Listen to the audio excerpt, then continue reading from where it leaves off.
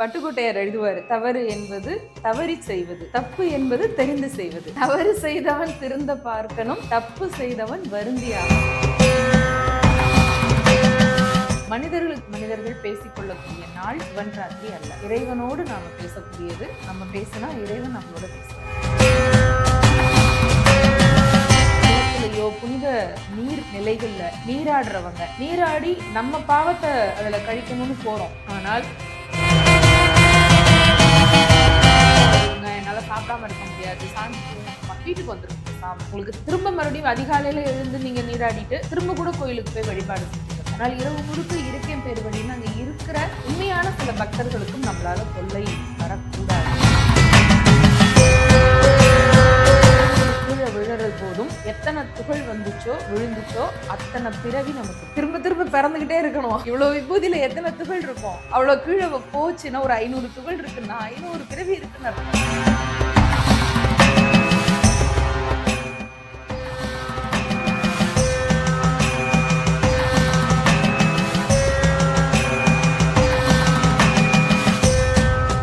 வாராய் டிவி நேயர்கள் அனைவருக்கும் வணக்கம். நான் உங்க ஜித்து. இன்னைக்கு என் கூட ஒரு ஸ்பெஷலான ஒரு கெஸ்ட் இருக்காங்க. ஆன்மீக சொற்பொழிவாளர் புதுகை மாருதி மேம் தான் இருக்காங்க. வணக்கம். வணக்கம். எப்படி இருக்கீங்க? நல்லா இருக்கேன். சந்தோஷமா. போன வீடியோல சிவராத்திரி பத்தின தாத்பரியத்தை பத்தி நீங்க சொன்னீங்க, ஒரு புரிதல் கிடைச்சது. ஆனா சிவராத்திரியில பாத்தீங்கன்னா பக்தர்கள் நிறைய தவறுகள் பண்றாங்க. எந்தெந்த மாதிரியான தவறுகள் பண்றாங்க, அதை எப்படி திருத்தணும், அதை பத்தி நம்ம பேசலாமா? மனிதர்கள்னாலே தவறுகள் தான். பட்டுக்கோட்டையார் எழுதுவார், தவறு என்பது தவறி செய்வது, தப்பு என்பது தெரிந்து செய்வது. தவறு செய்தவன் திருந்த பார்க்கணும், தப்பு செய்தவன் வருந்தியாகணும். இது ரெண்டுக்கும் நிறைய வித்தியாசம் இருக்கு. தெரியாமல் செய்யக்கூடிய அந்த தவறுகளை கூடுமான வரைக்கும் அப்படியே மாற்றிட்டு குறைத்து கொண்டே போவது அப்படிங்கிறது எல்லாத்துலயும் நமக்கு வெற்றியை தரும். குறிப்பா ஆன்மீக பயணத்துல நீங்க சொல்ற மாதிரி திருக்கோவில்கள்ல நம்ம மக்கள் புரியாமல் செய்யக்கூடிய நிறைய தவறுகள் இருக்கு. குறிப்பா மகா சிவராத்திரியில அவங்களுக்கு அந்த ராத்திரியில முழிச்சிருக்கணும்னு தெரியுது, அல்லது கோயில்ல போய் இருக்கணும்னு தெரியுது. ஆனால் அதை என்ன பண்ணணும்னு தெரியாம தடுமாறுறாங்க. சில கோயில்ல நான் பாக்குறேன், பாய்த்தலகாணியோட போயிடுவாங்க, தூங்குறது, படுத்து தூங்குவாங்க லிட்ரலா. நல்லா அங்க வேற அன்னதானம் போடுவாங்களா, நல்லா வயிறு முட்டை சாப்பிட்டுட்டு விரிச்சு படுத்து தூங்குறவங்க எல்லாமும் நான் பார்த்தேன். நான் கேட்டுட்டு தூங்குறேன். நம்மள கோயில் நிர்வாகத்துல பேச கூப்பிட்டுருப்பாங்க.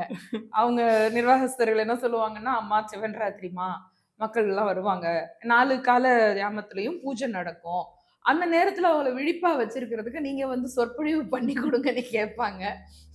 உட்கார்ந்து இருக்கிறவங்கல்ல பல பேர் கேட்டாலும் நம்ம மனசு ஐயோ சில பேர் இப்படி தூங்குறாங்களேன்னு இப்படிதான் போகும் நமக்கு நினைப்பு. அவங்க அறியாமையை நினைச்சு எனக்கு கொஞ்சம் பாவமா இருக்கும். முதல்ல விழிப்பா இருக்கிறதுக்கு தான் அந்த ராத்திரி. போய் பாய்தலகாணியோட படுத்து தூங்குறது இல்ல, படுத்து தூங்குறதுக்கும் இடம் பிடிப்பாங்க போய். அது அடுத்தது அதை விட பெரிய தவறு நடக்குது. ஏன் இடம்னு கல்லு பாய் தலானி எல்லாம் வச்சு இடம் பிடிக்கிறவங்க எல்லாம் பாத்திருக்கேன். ஆன்மீகத்துல என்னாலே மன உறுதி தான் ஆன்மீகம். ரொம்ப போற போக்குல மனசு போக விட்டு போகிறதுங்கிறது பண்ணலாம், தவறு இல்ல. எப்பாச்சும் ஒரு ரெஃப்ரெஷ்மெண்ட்டுக்கு நம்மளுடைய குழந்தைத்தனமான மனசுக்கு அப்பப்ப கொஞ்சம் நம்ம ஏதாவது பண்ணலாம். ஆனால் எப்பவுமே அப்படியே போயிட்டு இருந்தா நம்ம வயதுக்கும் வளர்ச்சிக்கும் பக்குவத்துக்கும் என்ன மதிப்பு இருக்கு? அந்த இயற்கையான தூக்கத்தையும் பசியையும் கண்ட்ரோல் பண்ணிட்டு சிவசிந்தனையில இருக்கிறது தான் சிவராத்திரி. அது ஒண்ணு. அடுத்தது, அந்த நேரத்துல சிவபெருமானுக்கு அபிஷேகம் செய்யறது பண்றாங்க இல்லையா, அந்த தீர்த்தத்தை போய் அந்த கோமுகி வழியா போய் எடுக்கிறதுக்கும் இதுக்கும் போட்டா போட்டி நடக்கும். அங்க சண்டை போடுவாங்க சில பேர். அதெல்லாம் தேவையே இல்லை. நம்ம அந்த தரிசனத்தை பார்க்கணும், அதுதான் முக்கியம். அதுக்கப்புறம் பிரசாதம் கிடைக்குதா சந்தோஷம், அது வேற. எப்பவுமே திருக்கோவில்களுக்கு போய் அடியார்களோட தரிசனம் பண்றதுங்கிறது மன அமைதிக்கு தான். அங்க போய் மனதை இன்னும் கொஞ்சம் காயப்படுத்திட்டு கோவப்படுத்திட்டு வர்றதுக்கு போகாம வீட்லயே இருந்துடலாம். இது நான் எல்லாருக்கும் கொஞ்சம் ஒரு கண்டிஷனாவே நான் சொல்லுவேன். அதே மாதிரி கோயிலுக்கு போனா முதல் விஷயம், நம்மால அந்த இடத்துல கொஞ்சம் கூட அசுத்தம் ஆகலைங்கிறத உறுதிப்படுத்தணும்.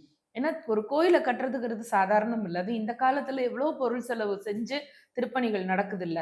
அந்த திருப்பணிகளை நம்மளால செய்ய முடியாட்டியும் குறைந்தபட்சம் கோயிலை அசுத்தம் பண்ணாமலாவது இருக்கலாம். திருக்கோவிலுக்கு போறவங்க அந்த இடத்துல இருக்கக்கூடிய குளத்திலேயோ புனித நீர் நிலைகள்ல நீராடுறவங்க நீராடி நம்ம பாவத்தை அதுல கழிக்கணும்னு போறோம். ஆனால் நம்முடைய உடல் அசுத்தத்தினால மற்றவங்களுக்கு நோய் தொற்றை கொடுத்துட்டு வர்றதுங்கிறது பெரிய பாவமாயிடும். அதை எப்பவுமே செய்யக்கூடாது. அங்க இருக்கக்கூடிய குளியல் அந்த இடங்கள், கழிவறைகள் இத போய் அசுத்தம் பண்ணிட்டு வர்றதுங்கிறது நல்லா இருக்காது. அதுக்கு பேசாமலே இருக்கலாம். இது ஒண்ணு. அடுத்தது அங்க உட்கார்ந்து இறைவனை பற்றிய சிந்தனையை தவிர வேறு பேச்சுக்கள் பேசுறதுங்கிறது ரொம்ப பெரிய தப்பு. அந்த இரவு முழுவதும் திருக்கோவில்ல உட்கார்ந்து அவ்வளோ நீண்ட நேரமும் நம்மளால ஒருமுகமா இருந்து தரிசனம் பண்ண முடியும் அப்படின்னா பண்ணலாம். இல்லைன்னா கொஞ்ச நேரத்துல திரும்ப வந்துடுறது ரொம்ப உத்தமம் என்ன கேட்டா. எனக்கு அதுக்கு மேல இருக்க முடியாதுங்க, தூக்கம் வருதுங்க, என்னால சாப்பிடாம இருக்க முடியாது, சாஞ்சு தூங்கணுமா, வீட்டுக்கு வந்துருங்க பேசாம. உங்களுக்கு திரும்ப மறுபடியும் அதிகாலையில எழுந்து நீங்க நீராடிட்டு திரும்ப கூட கோயிலுக்கு போய் வழிபாடு செஞ்சுக்கோங்க. ஆனால் இரவு முழுக்க இருக்கேன் பேர் வழின்னு அங்க இருக்கிற உண்மையான சில பக்தர்களுக்கும் நம்மளால தொல்லை வரக்கூடாது. ஒண்ணு. சிவன் ராத்திரி அப்படிங்கிறதே மனது ஒடுங்கக்கூடிய ராத்திரி தான். நான் முதல்ல சொன்னேன், சித்தம் சிவனோடு ஒடுங்கக்கூடியது. எண்ணங்கள் நிறைய நமக்கு அப்ஸ் அண்ட் டவுன்ஸ் வந்துட்டே இருக்கும். அந்த எண்ணங்கள் அப்ஸ் அண்ட் டவுன்ஸ் வர்றத அப்படியே கொஞ்சம் அப்படியே மட்டுப்படுத்தி அமைதியா இருக்கிற போது இறை சிந்தனை நமக்கு வரும். அதுக்கான நாளுங்கிறதுனால கண்ட கண்ட எண்ணங்களை கொண்டு வந்து மனசுக்குள்ள போட்டு குழப்பி அதை அந்த தவறை செய்யறதுக்கு பதிலா, அந்த பாவத்தை செய்யறதுக்கு பதிலா கொஞ்ச நேரமாக இருந்தாலும் நம்ம அந்த நேரத்துல ஆலயத்திற்கென்று ஒரு மரியாதை இருக்கு, அடியாருக்கென்று ஒரு மதிப்பு இருக்குது, அங்கே நடக்கிற பூஜை புனஸ்காரங்களுக்குன்னு ஒரு பெரிய மதிப்பு இருக்கு. அதுக்கு குறைபாடு வராமல் நம்ம செஞ்சுட்டு வரணும். பக்தர்கள் அதை கொஞ்சம் கடைபிடிச்சா நல்லா இருக்கும் அப்படிங்கிறது என்னுடைய தாழ்மையான வேண்டுகோள். நம்ம திருக்கோவில்கள்ல மாற வேண்டியது, சாப்பிட்டுட்டு சுவற்றுல அந்த கையை துடைக்கிறதுல இருந்து ஆரம்பிச்சு, சாப்பிட்ட ஒரு காகிதத்தையோ ஏதோ ஒரு குப்பையோ கண்ட இடத்துல போடுறதுல சில பேர் திருநீர் கொடுப்பாங்க. திருநீர் வாங்குறதே நம்ம கேரி பண்ணிக்கணும். ஒண்ணு நம்ம கேரி பண்ணணும்னா வாங்கணும், இல்லைன்னா வாங்காமே சாமி விட்டு வந்துடணும். வாங்கிட்டு அப்படியே அந்த இடத்துல கொட்டிட்டு வர்றது. ஆமா, அது எல்லாம் ரொம்ப தவறு. அதுலயும் ரொம்ப முக்கியமா திருநீரு தரையில விழவே கூடாது. ஒவ்வொரு துளி, ஒரு துகள் திருநீரு கீழே விழறது போதும் எத்தனை துகள் விழுந்துச்சோ அத்தனை பிறவி நமக்கு இருக்கு. கண்டிப்பா திரும்ப திரும்ப பிறந்துகிட்டே இருக்கணும். இவ்வளவு விபூதியில எத்தனை துகள் இருக்கும், அவ்வளவு கீழே போச்சுன்னா ஒரு 500 துகள் இருக்குன்னா 500 பிறவி இருக்குன்னு அர்த்தம். திருநீரு பெரிய செல்வம். அது சிவனுடைய அம்சம். அது நீங்க சொன்ன மாதிரி அந்த கோவில்கள்ல உட்கார்ந்து இருக்கிறவங்க நல்ல சிவசிந்தனையான பேச்சுக்களோ அந்த பாடல்களோ அல்லது சிவ மந்திரங்களோ சொல்ல தெரிஞ்சா சொல்லலாம், இல்லையா அமைதியா இருந்துடலாம். நம்முடைய அந்த ஒலி அல்லது பேச்சு சத்தம்ங்கிறது அடுத்தவங்களுடைய பிரார்த்தனையை பாதிக்கும்ங்கிறத நம்ம முதல்ல புரிஞ்சுக்கணும். மக்களுக்கு நான் பேசுறேன் உங்களுக்கு என்ன அப்படின்னு அந்த இடத்துல போய் ரைட் ராயலா சட்டம் பேசுறதுக்கான இடம் இல்லை. அது சுவாமி சந்நிதி. இப்ப நமக்கு முன்னாடி ஒரு பெரிய அதிகாரி வந்தாருன்னா நம்ம பேசுவோமா?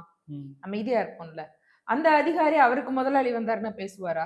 அமைதியா தானே இருப்பாரு. எல்லாருக்கும் மேல பெரிய நாட்டை ஆட்சி பண்ற ஒருத்தர் வர்றாருன்னா அத்தனை அதிகாரிகளும் அமைதியா இருப்பாங்க தானே. இவர் அதிகாரிகளுக்கெல்லாம் ஆட்சியாளர்களுக்கெல்லாம் ஆட்சியாளர் சிவபெருமான். அவ்வளவு பெரியவர் அங்க இருக்கிற போது அந்த சன்னிதானத்துல நின்றுட்டு விளவிளன்னு ஊர்க்கதை உலகக்கதை நம்ம குறைகளை எல்லாம் பேசுறதுங்கிறது மனிதர்களுக்கு மனிதர்கள் பேசிக்கொள்ளக்கூடிய நாள் சிவன் ராத்திரி அல்ல. அருமை அருமை. இறைவனோடு நாம பேசக்கூடியது. நம்ம பேசினா இறைவன் நம்மளோட பேசுவார். அதுக்கான நாள் அது. நீங்க சொல்லும்போது எனக்கு ஒரு நிகழ்வு தான் ஞாபகம். நான் வெள்ளிங்கிரி போவேன், இந்த திருவண்ணாமலை போகும்போது அதிகமா நண்பர்களோட பேசிட்டு தான் போவாங்க. அங்க இதுன்னு பெண்களும் அது பண்றாங்க. சில பேர் தவறா நான் கண்முழிக்கணும்ல 2-3 படத்தை பார்க்கணும் அப்படின்ற ஒரு மெயின் சீட்ல இருக்காங்க. சோ அதெல்லாம் ஒரு தெளிவா இருக்கும் அப்படின்றது நான் என்ன படம் பாக்குறாங்கன்றது ஒரு முக்கியமான விஷயம். ஏன்னா சில கிராமங்கள்ல எல்லாம் இப்போ திருவிளையாடல் புராணம், கந்தன் கருணை இதெல்லாம் போடுவாங்க.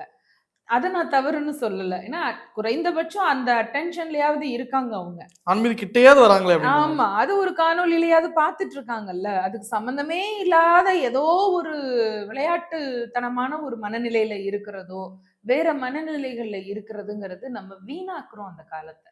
நீங்க திருப்பி கிடைக்காதது காலம் மட்டும்தான். எத்தனை கோடி கொடுத்தாலும் இப்ப முடிஞ்ச நொடியை நம்மளால திருப்பி எடுக்க முடியுமா? கண்டிப்பா முடியாது. அப்போ ஒவ்வொரு ஆண்டும் இப்படி ஒரு அற்புதமான ஒரு நாள் வருதுன்னா அதை நம்ம யூட்டிலைஸ் பண்ணிக்கணும்ல. டெஃபினட்டா. இப்ப மகா சிவராத்திரி அன்னைக்கு கும்பிடாதவங்க கூட அவங்களுக்கு எந்த வித இது பிரச்சனை வரப்போறது இல்ல. இந்த மாதிரி தவறு பண்றவங்களுக்கு தான் அதிக பிரச்சனை வரும்னு நினைக்கிறேன். தவறு பண்ணிட்டு அது அவங்க இழக்கிறாங்க, அந்த பலன்களை பெறாம இழக்கிறாங்க. வழிபாடு செய்யறவங்களுக்கு தொந்தரவு பண்றதுங்கிறது பெரிய பாவம். கண்டிப்பா. எந்த வகையிலயும் அது எந்த காலத்திலயும் அனுமதிக்க கூடாது அப்படிங்கிறது என்னுடைய எண்ணம். அவங்கள தொந்தரவு பண்றது, அவங்கள வந்து ஏதாவது நம்ம குறையா சொல்றது, ஐய இத பண்ணாதீங்க, அத அது அவங்கவங்களுடைய மனநிலைன்னு இருக்குல்ல. அத ம். வந்து தடுக்கிறதோ, குறை சொல்றதோ, கேலி கிண்டல் பண்றதுங்கிறதோ மிகப்பெரிய பாவம். கண்டிப்பா. சிவனுக்கு வந்து தன்னைய நிந்தித்தவர்களை கூட மன்னிப்பார். தன் அடியவர்களை நிந்தித்தால் அவர்களை மன்னிக்கவே மாட்டார். நிச்சயமா. நீங்க சொல்லும்போது எனக்கு இன்னொரு விஷயம் வியப்பா இருந்தது. நம்ம பேசிட்டு இருக்கும்போது, "நம்ம அன்னதானம் கூட பண்ணக்கூடாது ஜித்து" அப்படின்ற மாரி நீங்க சில விஷயம் சொன்னீங்க. ஏன்னா, அது சாப்பிட்டு தூங்குவாங்க அப்படின்றது. எனக்கு இல்ல அது சொல்லியிருக்காங்க. நான் ஒரு புத்தகத்துல படிச்சிருக்கேன். அன்னதானம் செய்யாம இருக்கிறது ரொம்ப நல்லது. ஏன்னா சாப்பிட்டுட்டு தூங்கிடுவாங்க அப்படின்னு. ஆனால் இப்போ கால மாற்றத்துல அது நடந்து வரக்கூடியவங்களுக்கான ஒரு சின்ன கைங்கரியமா இப்ப நெறைய பேர் செய்யறாங்க. எண்ணம், அடிப்படை நோக்கம் எப்படி இருக்குங்கிறத பார்க்கணும். இங்க உளுந்து வடை, அங்க தக்காளி சாதம்ன்னு இருக்கக்கூடாது. டைம் டேபிள் போட்டுட்டு கேரியர் எடுத்துட்டு போய் வாங்குறதுங்கிறது இல்ல. என்ன பொறுத்தவரைக்கும் அவங்களெல்லாம் பார்த்தா பரிதாபமா இருக்கும்.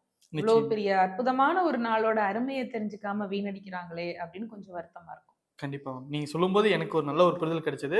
நெறைய சிவன் பக்தர்களுக்கும் இப்படித்தான் நம்ம வந்து சிவராத்திரி கும்பிடணும்னு ஒரு புரிதலும் கிடைச்சிருக்கும்னு நம்புறேன். நன்றி மேம். நன்றி.